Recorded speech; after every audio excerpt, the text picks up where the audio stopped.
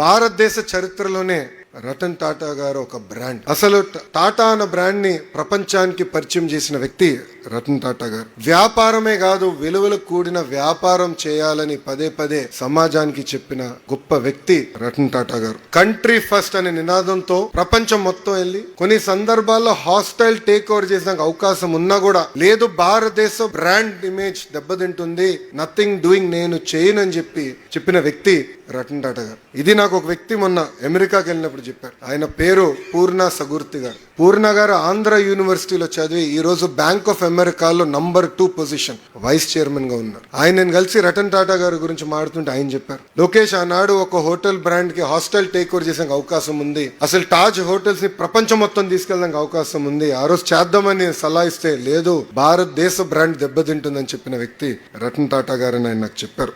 అంతేకాదు ప్రపంచంలో నష్టాల్లో ఉన్న కంపెనీలు ఈయన టేక్ ఓవర్ చేసి టర్న్ అరౌండ్ చేశారు, అంటే లాభాల్లోకి తీసుకొచ్చారు. టాటా గ్రూప్ ని సాల్ట్ నుంచి సాఫ్ట్వేర్ వరకు తీసుకెళ్లారు. ఇక్కడ చాలా మంది త్వరలో టీసీఎస్ లో కూడా చేరబోతున్నారు.